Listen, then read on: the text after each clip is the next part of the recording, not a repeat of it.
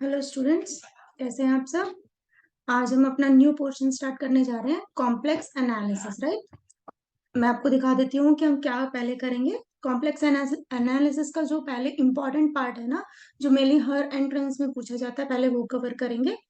उसके बाद फिर हम रियल पे जाएंगे। ठीक है। ओके, मैं आई शो यू कि हम पहले करने क्या जा रहे हैं। ये आपका पूरा सिलेबस है लास्ट में होगा। राइट। ये देखो ये वाला ऑटोमेटिकली यहाँ पे कवर होगा जब मैं ये वाला करूंगी आपको, analytic function, Cauchy Riemann, singularity statement, residue and contour integration. ठीक है, 4 ईयर के मैं आपको नोट्स दे दूंगी, और इफ टाइम हमारे अकॉर्डिंग रहा तो मैं इनकी क्लास भी ले लूंगी। पर पहले हम वो वाला पोर्शन कंप्लीट कर लेते हैं जो बहुत इंपॉर्टेंट है। राइट। पहले मैं उनकी वीडियोस आपको देना चाह रही हूँ, हालांकि मैं नोट्स आपको प्रोवाइड कर दूंगी इनके। ठीक है। अच्छा, एक और बात, आज हम करेंगे एनालिटिक फंक्शन। ये थोड़ा सा स्टार्टिंग इंट्रोडक्शन है ना, थोड़ा टाइम टेकिंग है। देन कॉशी रीमान इक्वेशन और सिंगुलैरिटी पे हम बात कर लेंगे नेक्स्ट क्लास में। ठीक है।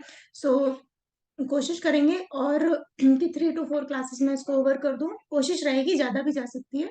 मैंने इसमें एमसीक्यू प्लस क्वेश्चंस डाल दिए 50, और बीच बीच में भी क्वेश्चंस कराए हैं, तो यानी कि आपको ऑन एन एवरेज देखोगे तो अप्रॉक्स 100 क्वेश्चंस इस पूरे कॉम्प्लेक्स एनालिसिस में आपके हो जाएंगे। आपके पास कोई स्टैंडर्ड बुक हो तो आप उससे भी प्रैक्टिस कर सकते हैं इसकी। ठीक है। तो कॉम्प्लेक्स एनालिसिस बहुत ज्यादा टफ नहीं है, इजी है। जिसने बिल्कुल कभी कुछ नहीं पढ़ा है तो मैं बिल्कुल उसी हिसाब से लेके चलूंगी। मैं ये मान के चल रही हूँ इस वाले पोर्शन में कि स्टूडेंट को कुछ नहीं आता है। ठीक है, बीइंग अ टीचर मैं ये सोच रही हूँ कि हाँ, स्टूडेंट को बिल्कुल लाइक ए फॉर एप्पल से स्टार्ट करना है। तो मैं बिल्कुल वहां से इसका बेसिक पकड़ के चलूंगी और फिर हायर लेवल तक चलेंगे। ऐसा नहीं करूंगी कि आपको नेट लेवल का मैं आपको कंफ्यूज कर दूं, उस लेवल का नहीं जरूरत है। क्योंकि उसमें, क्योंकि पोर्शन हमारा थोड़ा कम दिया हुआ है और कुछ नहीं है। सो क्वेश्चन का जो स्टैंडर्ड है हम इसी के अकॉर्डिंग रखेंगे, और स्टैंडर्ड पहले बेसिक टू हाई लेके मैं जाऊंगी। लेकिन ऐसा नहीं कि आप पूरा नेट का एग्जाम देने जा रहे हैं, तो उसके लिए तो आपको हायर जो कॉम्प्लेक्स वेरिएबल सब्जेक्ट आता है ना, वो पढ़ना पड़ता है। तो इसलिए ज्यादा टेंशन लेने की जरूरत नहीं है इस वाले उसमें ना, कि कॉम्प्लेक्स पढ़ रहे हैं, हाई कॉम्प्लेक्स। बहुत स्टूडेंट्स को ऐसा लग रहा था कि जैसे पता नहीं ग्रेजुएशन है तो क्या है। तो बहुत इजी है। ये मैं पीडीएफ दिखा देती हूँ, मैंने आपको ये टेलीग्राम पे शेयर भी कर दूंगी मैं इसको।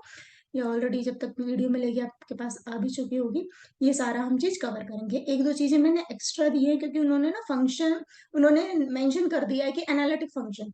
अब एनालिटिक फंक्शन अपने में, अपने आप में ही बहुत सारे सब पार्ट्स रखता है। ठीक है, तो कितना वो जो लिमिटेड है वो मैं आपको कराऊंगी इसी में। So let's start the class.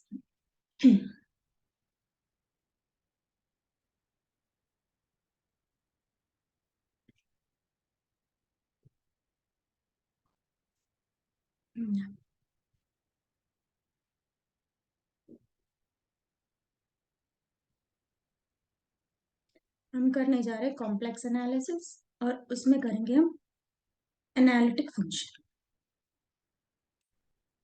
अब देखो, कुछ स्टूडेंट जिनको आता होगा थोड़ा बहुत, वो एनालिटिक फंक्शन को ना हमेशा हम एक कंफ्यूजन बना ही रहता है। क्योंकि जहां एनालिटिक आता है हम सोचते हैं कि सिर्फ हम डिफरेंशिएबिलिटी की बात कर ली तो बात खत्म। यानी कि किसी पर्टिकुलर पॉइंट पे हम कह रहे हैं कि फंक्शन एनालिटिक है। लेट अस से ये कोई पर्टिकुलर फंक्शन है, ये कोई डोमेन भी ले सकती है, कोई डिस्क ले सकती हूँ। लेट अस से ये कोई मैंने कॉम्पैक्ट या सिंपल कनेक्टेड एक रीजन ले लिया। इस पॉइंट पे मुझे बताना है कि फंक्शन एनालिटिक है या नहीं। ठीक है। सो हमें क्या करना पड़ेगा इसमें, हमें ये बताना होगा कि जो फंक्शन है वो इस पॉइंट पे डिफरेंशिएबल है, और इसके साथ जितने भी इसके पास इनफाइनाइट नंबर जो पॉइंट है उन पे भी फंक्शन क्या है हमारा, डिफरेंशिएबल है। तो डिफरेंशिएबिलिटी एट अ पॉइंट, यानी कि जब भी हम पॉइंट की बात करेंगे एनालिटिक फंक्शन में, तो हमें जब एनालिटिक बताना है किसी पॉइंट पे, तो इसका ये मतलब नहीं कि इस पॉइंट पे तो डिफरेंशिएबल हो जाए, रिमेनिंग पे नहीं। तो वो भी, उस केस में भी हम कहेंगे कि फंक्शन एनालिटिक नहीं है। यानी कि to prove the analyticity of a function, we have to prove that on each and every point function is differentiable. ठीक है। सो ऑप्शन जब आएंगे ना, तो सिर्फ डिफरेंशिएबिलिटी देखते ही टिक नहीं लगा देना है। पर्टिकुलर पॉइंट के लिए उसके जो आजू बाजू के जो इनफाइनेटली मैनी पॉइंट है, या एटलीस्ट सम रीजन हमें ऐसा मिल जाए जहां पे फंक्शन डिफरेंशिएबल है, then only we are allowed to say that it is analytic function. ठीक है। जैसे जो इसकी डेफिनेशन कहती है, डेफिनेशन भी करा देती हूँ। मान लो कोई एक कनेक्टेड रीजन है, सिर्फ एक कनेक्टेड, यानी यार डोमेन ले लो, कोई एक डोमेन है। अभी हम बात कर रहे हैं कि भाई जो एफ से मैं रिप्रेजेंट कर देती हूँ, analytic function at a point मैंने बात की। तो analytic function at a point means इस वाले पॉइंट और इसके नेबरहुड में जितने भी पॉइंट है वहां पर फंक्शन क्या होना चाहिए, डिफरेंशिएबल होना चाहिए। नोट्स आपको पीडीएफ फॉर्म में मिल ही गए हैं, तो इसलिए मैं आपको जो उसका क्रस्ट है वो मैं आपको बता रही हूँ एक्सप्लेन करके। डोमेन का मतलब है ईच एंड एवरी पॉइंट, यानी कि जितने पूरे के पूरे डोमेन पे फंक्शन डिफरेंशिएबल होना चाहिए। बस ये यहाँ पे तो एट अ पॉइंट को हम मेन कंसिडर करते हैं कि भाई ये वाला पॉइंट बड़ा सा ले लेती हूँ और इसके आजू बाजू के जितने भी नेबरहुड है उसमें, या उसका कोई सम ऐसा रीजन मिल जाए जहां पे वो फंक्शन क्या होना चाहिए, डिफरेंशिएबल होना चाहिए डोमेन में, यानी कि ईच एंड एवरी पॉइंट पे हम एक पर्टिकुलर स्पेसिफिक पॉइंट की बात नहीं करते, क्योंकि हम we are considering whole domain, तो पूरे के पूरे डोमेन पे फंक्शन डिफरेंशिएबल होना चाहिए बस। अब इसकी जो स्टैंडर्ड डेफिनेशन है वो देखो। स्टैंडर्ड डेफिनेशन क्या कहती है, analytic function at a point, क्या बात कर रहे हैं हम, एनालिटिक एट अ पॉइंट, थोड़ी सी एनालिटिक एट अ पॉइंट हमें बताना है, राइट। सो यहाँ पे कोई भी पॉइंट ले सकते हैं, let a function f of z be derivable at every point z in epsilon neighbourhood of sub z naught. यानी हम ये ले रहे हैं कि भाई एक यहाँ पे एक जेड नॉट हमारे पास पॉइंट है, फंक्शन एफ ऑफ जेड है, वो डेरिवेबल है eight every point z in epsilon neighbour of Z naught, यानी इसका नेबरहुड, यानी कि यहाँ पे कोई जेड पॉइंट है तो इसके नेबरहुड में भी वो क्या है, डेरिवेबल है। इसी रिप्रेजेंटेशन को हम क्या बोल देते हैं, mod Z minus Z not is less than epsilon. ठीक है, देखो ये मालूम कनेक्ट करें ना चीजों को, तो अभी इसको देखो मैं एक चीज एक तरीके से और कनेक्ट करके बताऊंगी।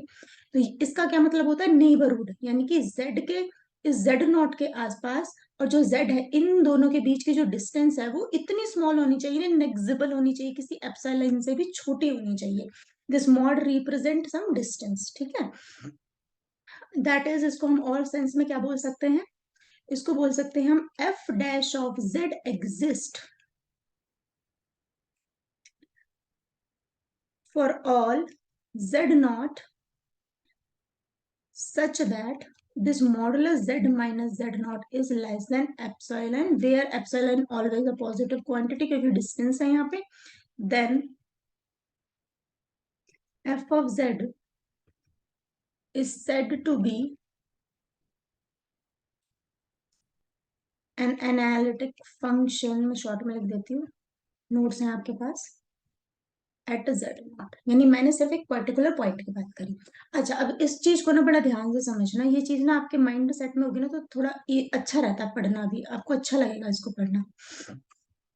जैसे मान लो मैंने इस पॉइंट पे इसकी बात कर ली, ठीक है जी, यहाँ पे कोई फंक्शन डिफाइन है, ऐसे ले लो कोई, इस पॉइंट पे मुझे एनालिटिक फंक्शन प्रूव करना है, यहाँ पे कोई फंक्शन है z, तो इसकी जो मिनिमम डिस्टेंस है, यानी कि जो इसके नेबरहुड में उसकी डिस्टेंस किसी एप्सिलॉन से भी कम होनी चाहिए। पर ये वाला जो चीज है ना, ये किस चीज को रिप्रेजेंट कर रहा है, this is nothing but a circle whose radius is epsilon and radius is this z naught। क्या मतलब, जो इनकी डिस्टेंस आएगी वो, जैसे हम यहाँ करते हैं ना, z minus z1 is equals to r, तो ये वाली आपकी रेडियस होती है, ये आपका सेंटर होता है, मैंने उल्टा बोल दिया sorry, z not is a centre radius, तो मैंने भी बताई ना एप्सिलॉन लिख दिया, ठीक है, z not is a centre. तो यानी कि इस पॉइंट के नेबरहुड में, यानी कि ऐसे मान लो हम एक सर्कल ड्रॉ करें, तो ऑल दैट पॉइंट जो इसके नेबरहुड में इंक्लूड हो रहे हैं वो सारे के सारे क्या होने चाहिए, डिफरेंशिएबल फंक्शन को होल्ड करना चाहिए, यानी कि डिफरेंशिएबल होने चाहिए वहां पे, तो फंक्शन एनालिटिक है। तो बहुत ज्यादा इसको कॉम्प्लिकेट ना करते हुए बस ये सोचना है कि भैया एक पॉइंट है, इसके आजू बाजू के, इसके नेबरहुड में सभी पॉइंट डेरिवेबल है, तो ये फंक्शन, ये इस पॉइंट पे भी फंक्शन क्या हो जाएगा, एनालिटिक हो जाएगा। बात है डोमेन की, तो ईच एंड एवरी पॉइंट हमें कंसिडर करना पड़ेगा। तो जो सारे के सारे पॉइंट पे फंक्शन डेरिवेबल है, तो इस पूरे के पूरे डोमेन पे भी फंक्शन क्या हो जाएगा, एनालिटिक हो जाएगा। That's it. अच्छा, अब मान लो हर एक पॉइंट पे, यानी कि उसके नेबरहुड में हर एक पॉइंट पे फंक्शन एनालिटिक है, तो ऐसे फंक्शन को हम बोलते हैं एंटायर फंक्शन। यानी एंटायर कोई भी ऐसा पॉइंट है ही नहीं जहां पे फंक्शन हमारे पास क्या ना हो, एनालिटिक ना हो, तो उसको बोलते हैं हम, उसको बोल देते हैं हम एनालिटिक फंक्शन। That's it. ठीक है।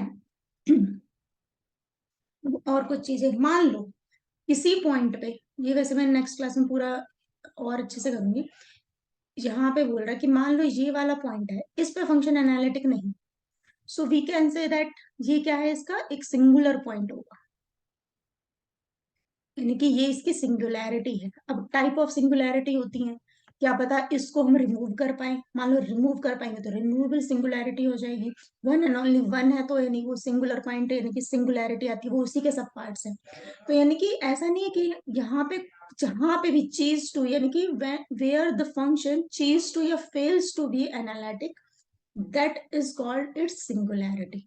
ठीक है, हम नेक्स्ट उस वीडियो में इसको कवर करेंगे, अभी हम सिर्फ एनालिटिक पे बात कर लेते हैं। अब देखो, मान लो ये कोई दिया हुआ है f of z is equals to z divided by one by z. अब बताना है हमें कि फंक्शन कहाँ पे एनालिटिक नहीं है। अब देखो, बाय डेफिनेशन जाए तो बहुत लेंथी प्रोसेस हो जाता है। वो ये जेड माइनस जेड नॉट एक पॉइंट लेंगे, लेस देन एप्सिलॉन लेंगे, लेकिन हमें तो एंट्रेंस लिखना है ना। सो हम देख लेते हैं कि ये फंक्शन डिफाइन कहाँ नहीं है। तो जहां पे फंक्शन डिफाइन ही नहीं होगा, वहां पे हमारे पास डेरिवेटिव ही एग्जिस्ट नहीं करेगा, है ना। जहां पे फंक्शन डिफाइन नहीं होगा वहां पे डेरिवेटिव एग्जिस्ट नहीं करेगा, तो क्लियरली हम जो इसका डिनोमिनेटर पार्ट है वो देख लेते हैं कि कहाँ जीरो बन रहा है।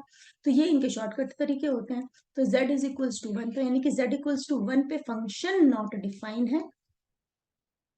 जब फंक्शन ही डिफाइन नहीं होगा तो इसका डेरिवेटिव एग्जिस्ट ही नहीं करेगा, और डेरिवेटिव एग्जिस्ट नहीं कर रहा उस पॉइंट पे, तो फंक्शन एनालिटिक नहीं होगा। सो हम लिख सकते हैं यहाँ पे at z equals to one function is not analytic। ठीक है। अच्छा, तो क्या ये z इक्वल्स टू वन क्या बोल देंगे इसका, ये किसका सिंगुलर पॉइंट है, यानी कि ये इसकी एक सिंगुलैरिटी आ गई, जहां पे फंक्शन डिफाइन नहीं होता, जहां पे फंक्शन फेल हो जाता है अभी अपनी एनालिसिटी प्रूव करने के लिए। अच्छा, अब एक और क्वेश्चन, जैसे मान लो ये एफ ऑफ जेड है इक्वल्स टू, मान लो मैं ले लू कोई मॉड जेड स्क्वायर, तो पहले z square, f of z is equals to लेना है मैंने जेड स्क्वायर, तो ये क्या फंक्शन एनालिटिक एवरीवेयर है, या फिर इसमें कुछ सिंगुलैरिटी के चांसेस है, कहीं पे भी नहीं। ये क्या है, all over function is defined. ठीक है, अब माइंड में वैसे एक तरह से ये सोच सकते हैं, वैसे तो कॉम्प्लेक्स नंबर है ना, कॉम्प्लेक्स नंबर में क्या होता है यहाँ पे, 0,0, this is real axis, this is imaginary axis, ये negative of, this is negative of imaginary axis. ठीक है, तो यहाँ पे हम किसी भी कॉम्प्लेक्स नंबर को डिफाइन करते हैं एक्स कॉमा वाई, बिकॉज ये जो z होता है वो आपका x plus iota y type से होता है ना, तो उसके सेंस में हम देखते हैं। लेकिन फिर भी जब इसको हम ओपन करेंगे मॉड z को, तो एक पॉलिनोमियल फंक्शन आएगा। एक और बात बता देती हूँ, मान लो कोई f ऑफ z है, उसको हम u प्लस आई वी से कंसिडर कर लेते हैं, और फिर जो z है उसको लिख देते हैं x प्लस आई वाई के टर्म्स में। फिर u और v ये दोनों फंक्शन होते हैं आपके एक्स वाई के। ये एक इसकी रिप्रेजेंटेशन है, मैं इसको दोबारा से समझा देती हूँ ताकि कंफ्यूजन ना रहे। कोई भी फंक्शन है एफ ऑफ जेड, हम कॉम्प्लेक्स पढ़ रहे हैं, तो हम इसको u प्लस आयोटा वी में डिफाइन कर देते हैं। बड़ा बेसिक बता रही हूँ, ये स्टूडेंट को वैसे भी माइंड में होगा कहीं ना कहीं, जिन्होंने कभी नहीं पढ़ा। और जो z है वो क्या होता है हमारे पास, x प्लस आयोटा वाई। फिर यहाँ से जो u है, जैसे क्योंकि फंक्शन ऑफ z है ना, u is nothing but function of x y, v is nothing but function of x y. तो ये हमें मोस्टली प्रॉब्लम सॉल्व करते वक्त हेल्प करेगा ही। अब देखो, मैंने एग्जांपल लिया था f of z is equals to z square, क्या ये फंक्शन एनालिटिक है या नहीं। तो यानी कि ईच एंड एवरी पॉइंट को डोमेन लाइन, यानी कि पूरा हम कहीं पे भी ले, तो फंक्शन क्या होना चाहिए हमारे पास, डिफरेंशिएबल होना चाहिए। सो हमारे पास एक रिजल्ट होता है कि जब भी कोई भी पॉलिनोमियल फंक्शन होता है, राइट, तो किसी भी पॉलिनोमियल फंक्शन के लिए वो फंक्शन हमेशा क्या होता है, डिफरेंशिएबल होता है। Every polynomial function is differentiable with in its domain. तो ये भी हमें क्या नजर आ रहा है, एक पॉलिनोमियल नजर आ रहा है। वो कैसे, वो देखते हैं हम। जैसे z is equals to x plus iota y है, तो यहाँ पे मान लो मुझे जेड स्क्वायर लेना है, तो जेड स्क्वायर कितना आ जाएगा आपके पास, जस्ट अ सेकंड प्लीज।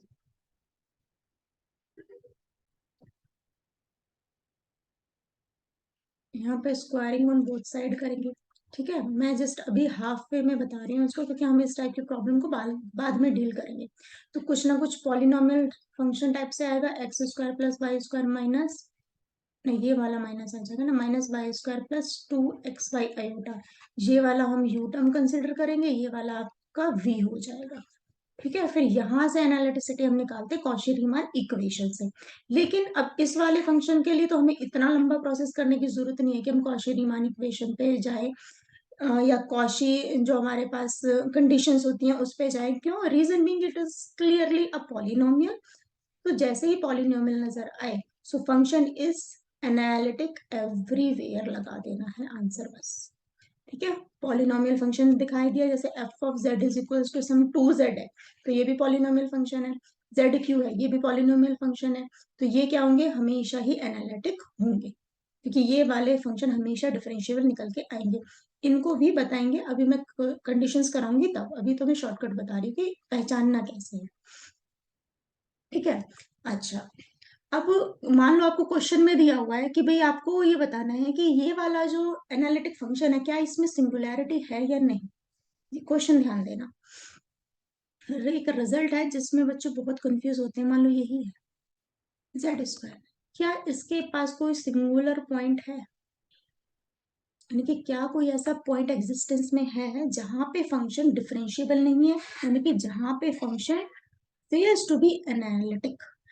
तो हमें क्लियरली नजर आ रहा है भाई इसके पास तो कोई ऐसा पॉइंट नहीं है जहाँ पे ये डिफरेंशिएबल नहीं है, क्योंकि ये पॉलिनोमियल हो गया। ठीक है, अब जैसे यहाँ पे था हमारे पास f of z is equals to z one minus z, बिल्कुल यहाँ पे एक जेड इक्वल्स टू वन पे फंक्शन हमारे पास क्या है, डिफरेंशिएबल नहीं होगा, तो ये जेड इक्वल्स टू वन आपके पास सिंगुलर पॉइंट है। अब आपको मान लो क्वेश्चन बदल के दे देता है कि भाई वो पहले ही आपको जानकारी दे रहा है, पहले ही एडवांस में बता रहा है कि भाई एफ ऑफ जेड जो है मॉड जेड स्क्वायर, या फिर f of z is equals to some z z bar. For example ले रही हूँ कि फंक्शन नॉट एनालिटिक है, तो क्या इसके पास सिंगुलर पॉइंट है। सो माइंड क्या क्लिक करेगा, भाई एनालिटिक ही नहीं है, तो यानी कि सारे के सारे पॉइंट क्या हो जाएंगे, इसके सिंगुलर पॉइंट। नहीं, ऐसा नहीं होता। तो ये एक रिजल्ट है, आपको ध्यान रखना है। एनालिटिक है फंक्शन सभी पॉइंट पे, at all point, no singular point, ये कोई सिंगुलैरिटी है ही नहीं। Not analytic at any point, यानी कि एनालिटिक है ही नहीं फंक्शन, कहीं पे भी एनालिटिक नहीं है, हर जगह पे डिफरेंशियबिलिटी नहीं है। इस केस में भी नो सिंगुलर पॉइंट। अब ऐसा क्यों है, देखो इसको ध्यान से समझना, और इसमें बड़ी कंफ्यूजन होती है, क्योंकि हम सोच लेते हैं एनालिटिक का मतलब भाई फंक्शन हर जगह एनालिटिक है, उसके पास कोई सिंगुलर पॉइंट नहीं होगा। लेकिन किसी पॉइंट पे भी एनालिटिक, किसी पॉइंट की बात नहीं कर रही मैं, फंक्शन ही एनालिटिक नहीं है किसी डोमेन में, या किसी भी पॉइंट पे कहीं एनालिटिक ही नहीं है ऑल ओवर, तो उसके पास भी कोई सिंगुलर पॉइंट नहीं होगा। क्यों, क्योंकि सिंगुलर पॉइंट के लिए फंक्शन को पहले एनालिटिक तो होना पड़ेगा ना, तो फंक्शन ही एनालिटिक नहीं है, कहीं पे भी नहीं है, तो सिंगुलरिटी की एग्जिस्टेंस ही खत्म हो जाती है। या फिर हम इसको इस हिसाब से पढ़ सकते हैं, मान लो आपका स्कूल है, ठीक है। अच्छा, एनालिटिक का मतलब क्या होता है, एनालिटिक का मतलब होता है ऑड वन, या फिर हम हिंदी में बोलते तो बोल सकते हैं विचित्रता, यानी कि कुछ अजीब सी चीज, बिल्कुल अलग, किसी एक पर्टिकुलर ग्रुप में जो उसके हिसाब से बिहेव नहीं कर रहा, बिल्कुल अलग चीज, यानी हिंदी में इसका नाम होता है विचित्रता। तो आपकी क्लास में सारे स्टूडेंट्स बैठे हुए हैं, सबने यूनिफॉर्म पहनी हुई है, सपोज ब्लू कलर की आपकी यूनिफॉर्म है, एक ने व्हाइट कलर की यूनिफॉर्म पहनी हुई है। सो उस पूरे पर्टिकुलर ग्रुप के लिए ब्लू यूनिफॉर्म के लिए जो व्हाइट यूनिफॉर्म पहना हुआ है वो क्या हो गया, बिल्कुल अलग हो गया ना, तो दैट इज योर सिंगुलैरिटी। समझे? यानी कि पूरी एनालिटिसिटी में हमारे पास एक चीज अलग नजर आई, that is white. White dress, तो व्हाइट ड्रेस वाला जो स्टूडेंट होगा वो क्या होगा, उसका सिंगुलर पॉइंट हो गया। पर सपोज सारे के सारे ने ही ब्लू पहनी हुई है, सारे के सारे ने ब्लू पहनी हुई है, तो क्या वहां पे कोई विचित्रता, कोई अजीब सी चीज नजर आई आपको? नहीं। तो यानी कि वहां पे फंक्शन क्या है, एनालिटिक तो है, लेकिन वहां पे कोई भी सिंगुलर पॉइंट नहीं मिलेगा। अब सपोज सारे के सारे ही व्हाइट ड्रेस पहन के आ गए, जितने भी हैं सारे के सारे व्हाइट ही व्हाइट है वहां पे, तो वहां पे आपको कुछ विचित्रता या कुछ अलग चीज नजर आएगी क्या? वहां पे आप कुछ डिडक्ट कर पाएंगे?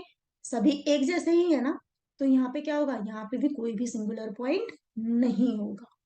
ये चीज ध्यान रखनी है, ठीक है? यानी कि एक जैसी चीजों में से जो ऑड वन आउट निकल रहा है वो ही आपका सिंगुलर पॉइंट है। अब जो सारी ही चीजें एक जैसी हैं, चाहे वो एनालिटिक हो या नॉट एनालिटिक हो, फंक्शन आपके पास सिंगुलर नहीं मिलेगा, कोई भी सिंगुलैरिटी नहीं मिलेगी। तो ये आपके होते हैं रिजल्ट। मैं आपको दिखा देती हूँ, मैंने आपको करवाया होगा। मैं पीडीएफ ओपन करती हूँ, कहीं ना कहीं मैंने लिखा होगा। नहीं लिखा होगा तो मैं इसमें बाद में क्लब कर दूंगी। ये आपको नजर आ रहा होगा अब, मुझे शेयर करनी पड़ेगी।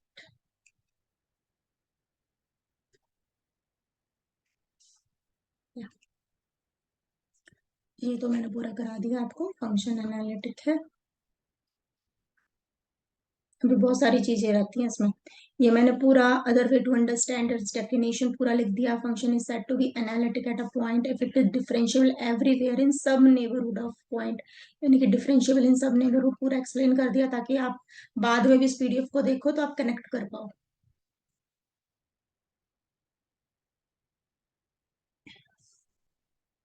ये तो मैंने प्रॉपर्टी लिखी हुई है, मैं सब बता दूंगी आपको बाद में। कौशी रीमान प्रॉपर्टी, यहाँ पे है ये एग्जाम्पल्स, ठीक है?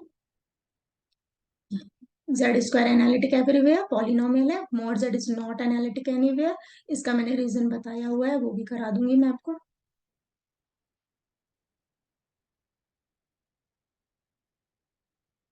ये mod z is not analytic everywhere, इसको प्रूव भी करेंगे हम। सिंगुलैरिटी का जो कॉन्सेप्ट है वो नेक्स्ट चैप्टर में मैंने कवर कर लिया और यही बता दिया था, क्योंकि मैंने एग्जांपल देखे ना फैमिलियर। चलो कोई बात। अब यहाँ पे इसकी प्रॉपर्टीज पे आ जाते हैं।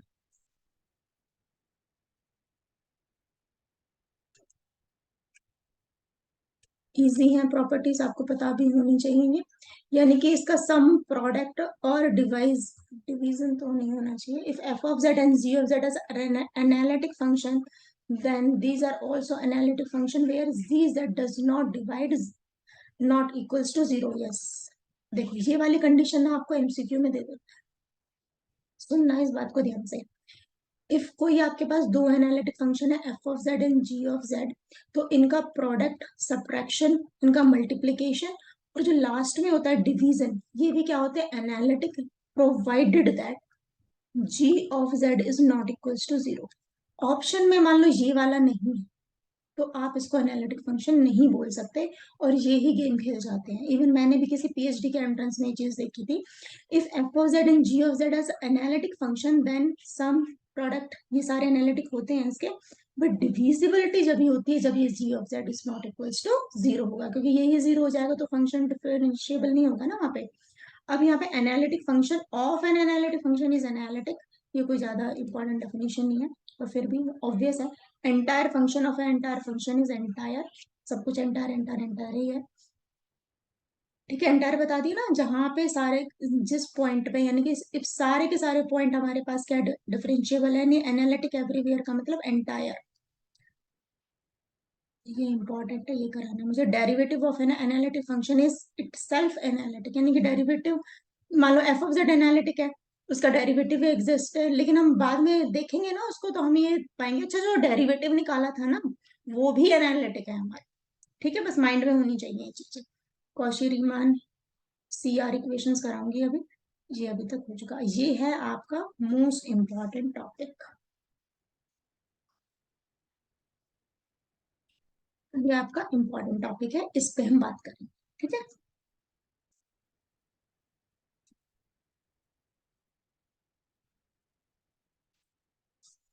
देखो, कौशी रीमान इक्वेशन को हम CR इक्वेशंस बोल देते हैं। एडवांस में ही बता रही हूँ, this is only necessary condition. बताऊंगी कंडीशंस क्या होती है। This is only necessary condition not sufficient, उसका भी रीजन बताएंगे। तो सबसे पहले ये देखो ये होती क्या है, और ये अपने आप में प्लस सफिशिएंट कब होंगी, यानी if and only if condition कब बनेगी। तो सबसे पहले हमें ये बताना चाहिए कि कोई फंक्शन है f of Z, it should be analytic first. यहीं से हमारा काम शुरू होता है। पहले तो फंक्शन क्या है, एनालिटिक है। और जो function of f of z है, this is defined as u plus i v, where this is a function of some xy, v is also a function of xy। ठीक है। अब सी आर इक्वेशन क्या कहती है, सी आर इक्वेशन होती है हमारे पास u x equals to v y, u y equals to minus का v x. These are your C R equation, these are your C R equations. अब इसलिए क्या है, these are the partials, partial equation किसका, इस u का। तो ये आ जाएगा del u by del x equals to del v by del y, del u by del y equals to minus del v by del x. ये इसके negative के बराबर है। ठीक है। तो ये जो कंडीशन है ये सिर्फ आपके पास क्या है, नेसेसरी है। यानी कि ये वाली कंडीशन फुलफिल हो गई ना किसी भी फंक्शन के लिए। For example f of z is equals to, मान लो जेड स्क्वायर है, ठीक है। इसके लिए मान लो मैंने ये चीज प्रूव कर दी, इसको हम फर्दर ब्रेक करेंगे एक्स प्लस एटा वाई के फॉर्मेट में। सो फंक्शन 100% एनालिटिक हो जाएगा। लेकिन ये नहीं कि ये मतलब सॉरी मैं मानी ये फेल हो गई, मैंने उल्टा बोल दिया। मान लो इस वाले फंक्शन पे सपोज कि किसी भी एक्स वाई जेड फंक्शन पे ये फेल हो गया, यानी कि ये चीज नहीं आई इक्वल, तो हम कह सकते हैं एनालिटिक तो नहीं। लेकिन ये चीज कंडीशन प्रूव कर दी हमने, तो हम नहीं कह सकते कि भाई 100% श्योरिटी के साथ कि फंक्शन एनालिटिक होगा या नहीं। तो दोबारा देखो, जो सी आर इक्वेशंस होती हैं वो क्या है, नेसेसरी कंडीशन है। नेसेसरी क्या मतलब, यानी कि मान लो हमने किसी भी इक्वेशन के लिए प्रूव कर दिया u x is equals to v y, u y is equals to minus का वी एक्स, हमने प्रूव कर दिया। सो हम कह सकते हैं मे बी एनालिटिक। ठीक है, मे बी एनालिटिक कंडीशन है ये, इस रास्ते से तो उसको जाना होके जाना पड़ेगा।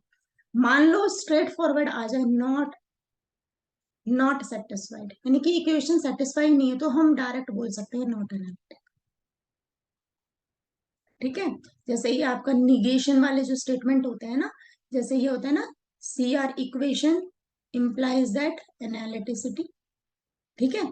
या हम ऐसे बोल सकते हैं कि एनालिटिसिटी मीन्स कि सी आर इक्वेशन सेटिस्फाई, ये होना चाहिए। जो फंक्शन एनालिटिक है वो सी आर इक्वेशन तो सेटिस्फाई करेगा, लेकिन हम ये नहीं बोल सकते कि सी आर इक्वेशन सेटिस्फाई कर दी तो वो एनालिटिक होगा, ये नहीं होता।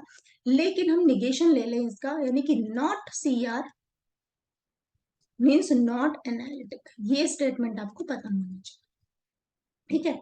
अभी आपने आप में सफिशियंट कंडीशन कब बनती है, सफिशियंट कंडीशन जब बनती है जब इसके जो पार्शियल्स होते हैं u x v y, u y and v x, all these are continuous। ठीक है। means when a function have continuous partial derivatives, these are partial derivatives, partial derivative and satisfy Cauchy-Riemann equation, then it is if and only, यानी कि condition is necessary and sufficient condition।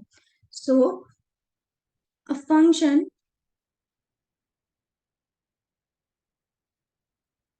is analytic, अच्छा मैंने वहां पहले analytic बोल दिया, ये तो हमें प्रूव करना था, sorry. Function is analytic if and only if C R equation satisfied plus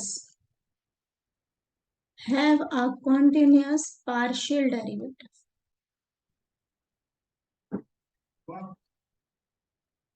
this is a condition. ठीक है, होप इट्स क्लियर। अब देखो कॉन्टिन्यूटी प्रूव करने के लिए ना आपको एक चीज पता होगी, ये भी ध्यान में रखना है, जो बुक्स में नहीं दिया होता वो बस डायरेक्ट कर देते हैं, क्योंकि दे ऑलवेज सपोज दैट कि पीछे तो बच्चे पढ़ के ही आए हैं, तो इतना तो पता होगा। Every derivable function is always continuous function. Only implies होता है, यानी कि जो फंक्शन डिफरेंशिएबल है वो 100% कॉन्टिन्यूस होगा, यानी कि डी सी होता है। But differentiability implies continuity, but continuity need not be। If and only if करने कॉन्टिन्यूटी का मतलब ये नहीं होता कि भाई वो डिफरेंशियल में और मे नॉट की कंडीशन आती है। मे और मे नॉट आपने पढ़ा होगा, एक मॉडुलस एक्स का एग्जाम्पल, कि ये कंटिन्यूस एवरीवेयर है लेकिन डिफरेंशिएबल नहीं है at x equals to zero, ऐसा स्मूथ ग्राफ बनता है ना इसका। ये जीरो पे डेरिवेबल है नहीं, लेकिन ये कॉन्टिन्यूस एवरीवेयर होता है, ठीक है। सो कॉन्टिन्यूटी का मतलब ये नहीं होता, लेकिन इसी का मान लो मैं निगेशन ले लूं, not continuous means not differentiable, differential, ठीक है, वही कौशी रीमान वाला। नॉट मीन्स नॉट में तो 100% ट्रू है, लेकिन डी इम्प्लाइज दैट सी होता है। सो हम जब सी आर इक्वेशंस प्रूव करते हैं ना, सो सी आर तो हम देख लेते हैं, भाई सी आर फेल हो गया तो वहीं पे कह देते हैं कि भाई फंक्शन एनालिटिक है नहीं, क्योंकि फेल हो गया तो बस आगे बात खत्म। लेकिन वो हो जाता है प्रूफ, तो हमें क्या चेक करनी होती है, उसकी डिफरेंशिएबिलिटी चेक करनी होती है। किसकी? इन पार्शियल्स की, del u by del x की। इनके लिए वे है, वो मैं बताऊंगी आपको। डेल वाई, ये बार बार लिख रही हूँ ताकि आपको थोड़ा याद रहे। डेल एक्स, इनको हम चेक करते हैं। इन पे डेरिवेबिलिटी यानी कि लिमिट जो इनका पैटर्न होता है वो लेके देखते हैं, या इनडायरेक्ट वे में जो ये डिजाइन किया है ना, इसका पैटर्न मैं बताती हूँ आपको एक क्वेश्चन में, एक बस हिंट दे देती हूँ। इसका मतलब होता है limit x approaches to zero, u of x zero, u of zero zero minus x minus zero. So ये क्या है? Partial derivative. पार्शियल डेरिवेटिव किस टाइप के होते हैं? F of at a point a, यहाँ पे लिमिट लगा लो, एफ ऑफ दैट फंक्शन जो भी है x minus f of a divided by x minus a. तो सिमिलर तो है इसके, लेकिन ये डिजाइन कैसे किया है कि भी एक्स के रिस्पेक्ट में कर रहे हैं, तो वाई को हम कांस्टेंट लेट कर लेते हैं और फिर हम क्वेश्चंस करते हैं। वो जब मैं क्वेश्चन कराऊंगी जब बताऊंगी, पर जस्ट आपको हिंट दे रही हूँ कि कौशी रीमान के साथ साथ हमें उसकी डिफरेंशिएबिलिटी भी निकालनी पड़ती है। बहुत ईजी होती है, इतना कोई ज्यादा बड़ी चीज नहीं आएगी एंट्रेंस में, पर आपको पता होनी चाहिए, ठीक है। अच्छा, अब नेक्स्ट करा देती हूँ मैं आपको, प्रॉब्लम्स ही करा देती हूँ, प्रॉब्लम्स ले लेती हूँ on the basis of Cauchy Riemann. जो मैंने आपको कराई है पहले वही करा दे, और मैंने बहुत इंक्लूड की हैं प्रॉब्लम्स ना, मैं आपको पीडीएफ सबकी शेयर कर दूंगी, ऐसे शेयर करूंगी।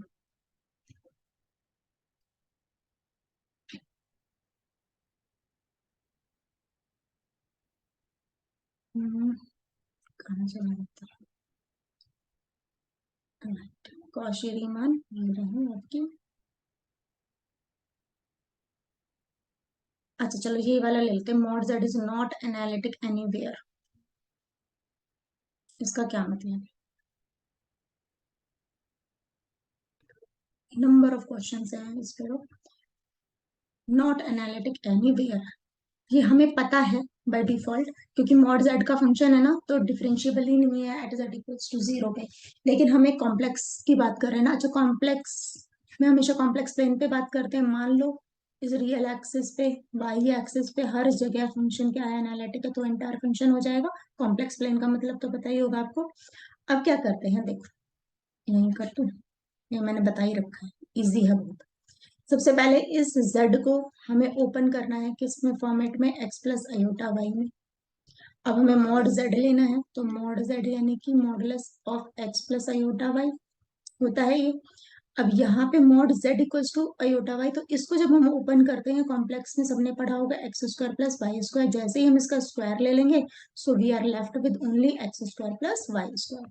तो यहाँ से function can be redefine as x square plus y square plus iota zero मैंने लिख दिया। Reason being f of z can be written as u plus iota v. तो यहाँ से u की वैल्यू हो गई आपके पास x square plus y square, और v की वैल्यू हो गई आपके पास जीरो। अब देखो यहाँ से यू एक्स यानी कि इस वाले फंक्शन को मैंने x के रिस्पेक्ट में किया तो 2x, और uy के रिस्पेक्ट में किया तो 2y, v x भी और vy भी आपके पास कितना होगा, 0 होगा। ठीक है, अब देखते हैं कि इस कंडीशन में वो कह रहा है एनालिटिक नॉट एवरीवेयर, तब हम बताएंगे। मैं इस क्वेश्चन को पेज पे करा देती हूँ, नहीं कंफ्यूजन हो जाएगा। देखो, हमारे पास जो z फंक्शन आ गया था वो आ गया था x² plus y² plus iota into 0। तो यहाँ पे हमारे पास u आ गया x² प्लस y² और v आ गया आपके पास 0, सो v x होंगी which is dv by dx, वो भी 0। और vy लेना है मुझे, dv by del y equals to also 0, लेकिन इनके पार्शियल्स निकालने हैं। इसका del u by del x या partial of this 2x partial with respect to y is 2। अब हमें क्या निकालना है, नॉट एनालिटिक एनीवेयर को तो हमें आंसर पता है, एग्जाम में कैसे निकालेंगे, हमारे पास तो भाई एक ही रामबाण, सी आर इक्वेशन सेटिस्फाई करानी है। सी आर इक्वेशन होता है हमारे पास यू एक्स, ये यू एक्स आ गया आपके पास, ये यू वाई आ गया, कि u x is equals to किसके होना चाहिए, वी वाई के। देखते हैं, यहाँ पे 2x ये है, यहाँ पे 0 है, so from here 2x equals to 0 है। यहाँ पे यू वाई इक्वल्स टू इसके माइनस ऑफ में होता है x। ठीक है, यहाँ पे एक्स वाई होता है कोफिशिएंट, यहाँ पे माइनस में होता है, यहाँ पे 2y इक्वल्स टू 0। सो अब यहाँ से हम क्या कंक्लूड कर पाएंगे कि x equals to 0, y equals to 0, और बोथ में भी 0, एक ही बात है। इसका क्या मतलब है कि भाई हम कॉम्प्लेक्स पे देखेंगे ना, सो सी आर इक्वेशन तभी सेटिस्फाई करेगी हमारे पास जब x 0 हो और y भी 0 हो, that is only at this point. ठीक है, कौशी जो सेटिस्फाई करेगी वो इस पॉइंट पे सेटिस्फाई करेगी, लेकिन क्या कौशी रीमान ये कहती है कि भाई किसी पॉइंट पे वो मतलब फंक्शन हमारे पास सेटिस्फाई करेगा उस पॉइंट पे, जो डिफरेंशियबिलिटी की कंडीशन है, जो सीआर इक्वेशन है वो सेटिस्फाई हो गया तो फंक्शन एनालिटिक होगा? नहीं, उसके लिए हमें क्या चेक करना पड़ेगा भाई, क्या उसके आसपास के नेबरहुड में भी वो है या नहीं, या वो पूरे के पूरे जो ये आपके पास पार्शियल्स है वो क्या कॉन्टिन्यूस है या नहीं, ईच एंड एवरी पॉइंट पे हमें निकालना पड़ेगा। तो हम यहाँ पे थोड़ा कॉमन सेंस निकालते हैं, कॉमन सेंस से इस क्वेश्चन को करेंगे कि इस वाले पॉइंट पे तो फंक्शन चलो हमारे पास सीआर इक्वेशन सेटिस्फाई कर रहा है, यानी कि इस फंक्शन पे हो गया, लेकिन क्या इसके नेबरहुड में क्या कोई ऐसा पॉइंट है जिसपे फंक्शन डिफरेंशिएबल हो? तो आंसर इज नो। सो जब इस पॉइंट को छोड़ के कोई भी ऐसा पॉइंट इंक्लूड ही नहीं कर पा रहे तो हम क्या बोल सकते हैं, नॉट एनालिटिक एनीवेयर। तो हमें वो नहीं है कि डिफरेंशिएबिलिटी पूरी निकालनी पड़ेगी, नहीं, कॉमन सेंस से क्वेश्चन करने हैं। फिर से देखो, मान लो मैं यहाँ पे एक 0.0 लेती हूँ, मान लो मैं इस पॉइंट के नेबरहुड में यहाँ पे इतना सा ही पॉइंट ले लेती हूँ, वैसे सर्कल बनाना चाहिए, यानी इस पॉइंट के ऐसे आप नेबरहुड में देखो, क्या कोई भी पॉइंट इंक्लूड हो रहा है? 0.1111 भी नहीं हो रहा। तो हमारे पास एनालिटिक की डेफिनेशन क्या कहती है कि भाई उस वाले पर्टिकुलर पॉइंट के को छोड़ के भी आस पास के पॉइंट पे फंक्शन क्या होना चाहिए, एनालिटिक होना चाहिए। पर यहाँ पे सिर्फ one and only one point आ रहा है, ऑरिजिन। ऑरिजिन पे फंक्शन हमारे पास डिफरेंशिएबल है, बट और उसके अलावा कहीं पे भी नहीं है, hence this function is not analytic anywhere. ठीक है, ऐसे कंफ्यूज नहीं होना है कि भाई mod z equals to square है, क्योंकि ये वाला मॉडुलस फंक्शन है, सबको पता है इसका ग्राफ। मान लो हम रियल में बात करें तो 0 पे आपके पास डिफरेंशिएबल है नहीं, लेकिन हमारे पास क्या आना चाहिए, ईच एंड एवरी पॉइंट पे डिफरेंशिएबल होना चाहिए, तो ही फंक्शन हमारे पास एनालिटिक है। ठीक है, तो नॉट डिफरेंशिएबल। अब नेक्स्ट देखते हैं, इसी का ही देख लेते हैं।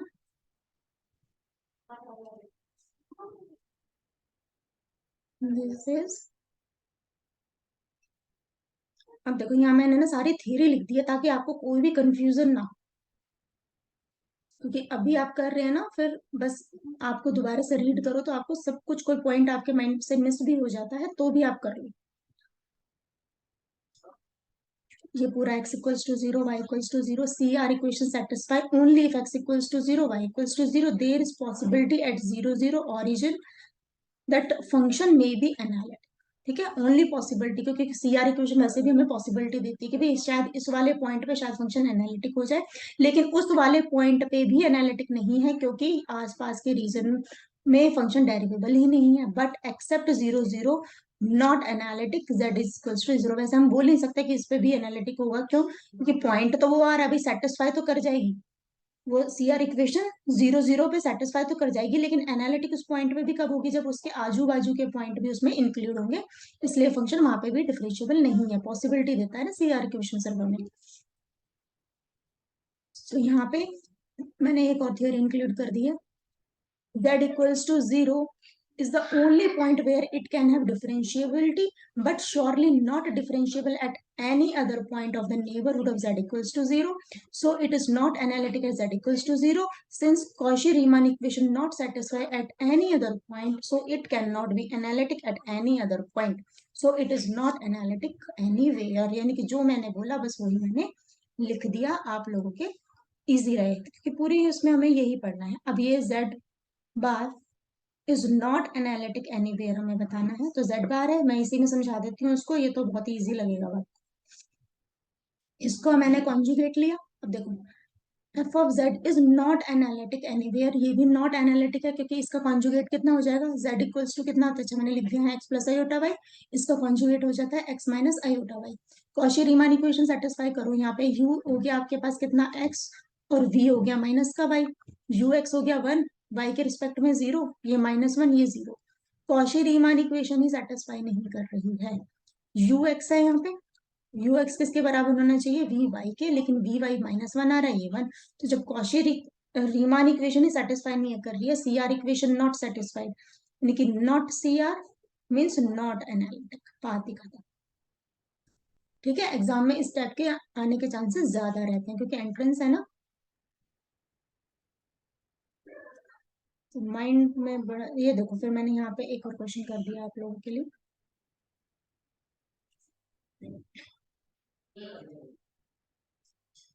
f of z is x square plus y is differentiable at each point coordinate axis but still nowhere analytic। ये आप ऐसा रिजल्ट भी याद रखो कि फंक्शन डिफरेंशिएबल हो each and every point on the coordinate axis, but वो कहीं पे भी एनालिटिक ना हो। अभी तो सी आर इक्वेशन माइंड में चल रही थी, पर क्या ये केस भी बन सकता है कि भाई कुछ पॉइंट पे फंक्शन डिफरेंशिएबल हो, यानी एवरीवेयर डिफरेंशिएबल है, लेकिन फिर भी फंक्शन एनालिटिक ना हो? बिल्कुल हो सकता है, यदि हमें वो डोमेन, वो रीजन हमें पता हो। जैसे इसको मैं एडवांस बता देती हूँ, जैसे ईच कोऑर्डिनेट एक्सिस, यानी कि वो ये कह रहा है, क्योंकि इस टाइप के एमसीक्यू जब बनेंगे ना तो हमारे माइंड में रहता है differentiable at each point function analytic. नहीं भाई, थोड़ा सतर्क रहो। क्यों सतर्क रहो? यहाँ पे उन्होंने कोऑर्डिनेट एक्सिस मान लिया है, वो कह रहे कि भाई इस कोऑर्डिनेट एक्सिस पे पूरा का पूरा फंक्शन क्या है? डिफरेंशिएबल है। तो क्या तब भी कोई हमारे पास ऐसा केस बन सकता है कि फंक्शन एनालिटिक ना हो? बिल्कुल बन सकता है। फंक्शन इस पूरे के पूरे कॉम्प्लेक्स प्लेन पे, यानी कि इस कोऑर्डिनेट एक्सिस पे डिफरेंशिएबल होगा, तो उसके आसपास, यानी कि ये रीजन भी उसको कवर करना चाहिए, हर एक पॉइंट पे फंक्शन डिफरेंशिएबल होगा, तो हम ऑल ओवर बोल सकते हैं कि पूरे के पूरे कोऑर्डिनेट एक्सिस पे फंक्शन डिफरेंशिएबल होगा। और हम बोल सकते हैं कि वो पूरे के पूरे कोऑर्डिनेट प्लेन पे, कॉम्प्लेक्स प्लेन पे एनालिटिक होगा। ठीक है, तो ये चीजें आपको थोड़ा ध्यान रखनी है। तो ऐसा नहीं देखना है कि differentiable at each point function is analytic, नहीं, हमें आगे भी बढ़ के देखना है कि क्या है। तो हमें ये देखना है कि कोऑर्डिनेट एक्सिस के अलावा भी कुछ ऐसे पॉइंट हैं जहां पे भाई उसके नेबरहुड में कुछ पॉइंट हमें मिल जाए और वो फंक्शन एनालिटिक हो, या उस वाले पॉइंट पे भी, वहां पे भी वो डेरिवेबल हो या नहीं। सो देखो, x square plus y square है, वी तो वैसे ही जीरो दिया हुआ है, एक्स वाई के फॉर्मेट में ही दिया हुआ है, तो कंप्लीट यू हमारे पास कितना आ गया? कहीं लिख दिया हुआ है u equals to this, v is zero, तो यहाँ से u x निकालेंगे, x के रिस्पेक्ट में करेंगे 2x वाई स्क्वायर, y के रिस्पेक्ट में करेंगे 2y x square, v x और वाई वाई दोनों जीरो। फिर से वो ये वाला कंडीशन आ गया यहाँ पे, ये वाला जीरो, ये वाला, यानी कि जब हम सी आर इक्वेशन सेटिस्फाई करेंगे तो हमारे पास फिर से यही चीज आ जाती है, x square equals to zero और y x square is equals to zero. So Cauchy Riemann equation only satisfy when either x is zero और वाई इक्वल्स टू जीरो, यानी कि सेम वो ही पॉइंट की यहाँ पे तो आ गया इंक्लूड, और ये क्वेश्चन में दिया हुआ है। तो x इक्वल्स टू जीरो और y इक्वल्स टू जीरो के अलावा कौशी रीमान इक्वेशन की सेटिस्फाई ही नहीं कर रही है, क्योंकि यहाँ से भी x जीरो वाई जीरो, तो ये वाले सारे पॉइंट तो रह ही गए ना, तो भी फंक्शन क्या है आपके पास? एनालिटिक नहीं है। तो ये चीजें आपको बहुत जरूरी ध्यान में रखनी है, क्योंकि आते हुए क्वेश्चन गलत नहीं करने हमें। ठीक है, ये पूरा का पूरा वही, if on a particular point C R equation satisfy we can not conclude that point is, ये सब कुछ मैंने आपको बता दिया है। Satisfied all the point, then function is an entire function. अब वो कह रहा है कि सी आर इक्वेशन किसी पॉइंट को ना छोड़ के हर जगह, यानी कि वो उसका सी आर इक्वेशन है जो ईच एंड एवरी पॉइंट, जैसे मैंने 0 0 का एग्जाम्पल लिया था ओरिजिन का, उस पॉइंट को ना छोड़ के हर जगह ही वो एग्जिस्टेंस में है, तो यानी फंक्शन एनालिटिक है। और ईच एंड एवरी पॉइंट पे एनालिटिक का मतलब वो एंटायर फंक्शन होगा। ये भी आपका एक रिजल्ट है, वो भी ध्यान रखो, क्योंकि हमारे माइंड में सिर्फ दो तीन चीजें चलती है, सी आर मतलब नेसेसरी कंडीशन, तो भाई क्या पता एनालिटिक ना हो, लेकिन उसने मेंशन कर दिया एट ऑल पॉइंट्स। फिर सी आर इक्वेशन सेटिस्फाई कर रही है तो फंक्शन क्या होगा, एंटायर फंक्शन होगा, यानी कि एनालिटिक एवरीवेयर होगा। अब पोलर फॉर्म की सिर्फ स्टैंडर्ड डेफिनेशन है, बस वो मैंने बता दी है। पोलर फॉर्म बता देती हूँ कि कैसे लेते हैं हम। पोलर फॉर्म के लिए मान लो यहाँ पे एफ ऑफ जेड है आपके पास u प्लस आयोटा वाई, तो u एज अ फंक्शन यहाँ पे एक्स वाई होता है। पोलर में यही चीज हो जाती है आपके पास r कॉमा थीटा, और v x y equals to v r comma theta, और z हम फंक्शन ले लेते हैं कोई e पार आई थीटा आर, ठीक है। Where theta equals to tan inverse y by x हम क्वेश्चन करेंगे, तब ये चीज समझेंगे, ठीक है। अब इसी को जब हम कन्वर्ट कर देते हैं, यानी कि जब इनमें सब्स्टिट्यूट कर देते हैं, तो थ्योरम है उतना हमें करना नहीं, तब हमें बस एक रिजल्ट याद रखने हैं कि del square del r square plus 1/r del u by del r plus del square v del theta square 1/r square 0, ये इसकी पोलर फॉर्म होती है। अच्छा, ये मैंने डायरेक्ट सेकंड ऑर्डर की बता दी पहले कोई बात नहीं। Del square v del r square plus 1/r del v by del r plus 1/r square del square v by del theta square is 0। ये सेकंड ऑर्डर की आपके पास पोलर फॉर्म में इक्वेशन होती है। और फर्स्ट में क्या होती है आपके पास, मैंने लिखी दी होगी, मैंने लिखी, हाँ बिल्कुल लिखी है। फर्स्ट की आपकी हो जाती है, यहाँ पे मैंने पूरा लिखा है, f of z u plus i y z equals to r theta, यहाँ पे इनको कन्वर्ट कर देते हैं। तो f of z is derivable at z naught, जहाँ पे ये वाला पॉइंट होता है, इतना जरूरत नहीं। ये आपके पास इक्वेशन होती है u r equals to 1/r v theta, और यहाँ से होता है आपके v r is equals to minus of u theta, ये आपको याद रखना है, ठीक है। यानी कि del u by del r 1/r d v by d theta होता है, और del v by del r निकालेंगे हम तो minus of 1/r del u by del theta होता है, ठीक है। यानी कि वही आपके पास यहाँ पे तो एक्स वाई कोऑर्डिनेट नहीं है ना, तो एक आर के रिस्पेक्ट में एक थीटा, तो यानी कि आर थीटा के कोफिशिएंट है 1/r, तो कॉम्प्लीमेंट्री मिलेगा ही हमें। आर है तो यू के रिस्पेक्ट में वो माइनस हो जाता है। These are called Cauchy Riemann equation in polar form. इसकी फिर आगे करोलरी होगी जो आपके पास सेकंड ऑर्डर का है, ये रहा, ठीक है। अब ये फटाफट मैं करा देती हूँ ताकि नेक्स्ट क्लास में, लाप्लास इक्वेशन है, ये सिर्फ मैंने डाल दिया क्योंकि एनालिटिक के पार्ट होते हैं, ठीक है। Laplace equation if f of z u x y is analytic in a domain D, ये लाप्लास इक्वेशन होती हैं आपकी, ठीक है। Laplace equation del square u is equals to u x x square v x y ले लो, y y y square, ये आपके पास लाप्लास इक्वेशन होती है। जो इन लाप्लास को सेटिस्फाई करती हैं वैल्यूज u और v, उनको बोलते हैं हार्मोनिक फंक्शन। क्या बोलते हैं, हार्मोनिक फंक्शन, ठीक है। और ये जो हार्मोनिक फंक्शन होते हैं u and v, they both are conjugate to each other, ठीक है। इन पे जो बेस्ड प्रॉब्लम है थोड़ा बहुत जो रहेगा वो हम नेक्स्ट क्लास में कर लेंगे, ठीक है। ये आपको क्लास अपलोड हो जाएगी आज, आप देख लेना, और जिनको ना मिले ऐप पे वो मैं अभी कुछ टाइम बिंग के लिए मैं टेलीग्राम पे शेयर कर दूंगी, आप यूट्यूब से देख लेना, क्योंकि कुछ इशू चल रहा है सिम से, यानी कि किसी की वैलिडिटी का एक्सटेंड वैसे हो जाएगा। मैम ने मेरे से भी बात करी थी, तो उन्होंने सिर्फ मुझसे इतना ही बोला कि आप उनको ये बोलो कि वो मुझे मैसेज कर दे, तो उनकी प्रॉब्लम सॉल्व हो जाएगी। इसके आगे मुझे उन्होंने कुछ नहीं बोला है, पर होप, मैंने उनसे बात तो करी है कि मैम आप देख लीजिए, और जो मान लो 11th 12th का जो पोर्शन अभी कवर नहीं हुआ है, या मतलब जो एच टेट के टाइम पे जो मैडम ने करवाया था, जो मेन जो टॉपिक है, आप उनको एचपीएससी के फोल्डर में डलवा दीजिए। तो उन्होंने बोला कि नहीं, वो ऑलरेडी मैंने करवाया हुआ है, तो 11th 12th का भी जो पोर्शन मैडम ने जो मैम ने करवाया ना, वो आपको मिल जाएगा। वैसे तो है वहां पे, उन्होंने बोला कि वो है भी, फिर भी मैं देख लूंगी।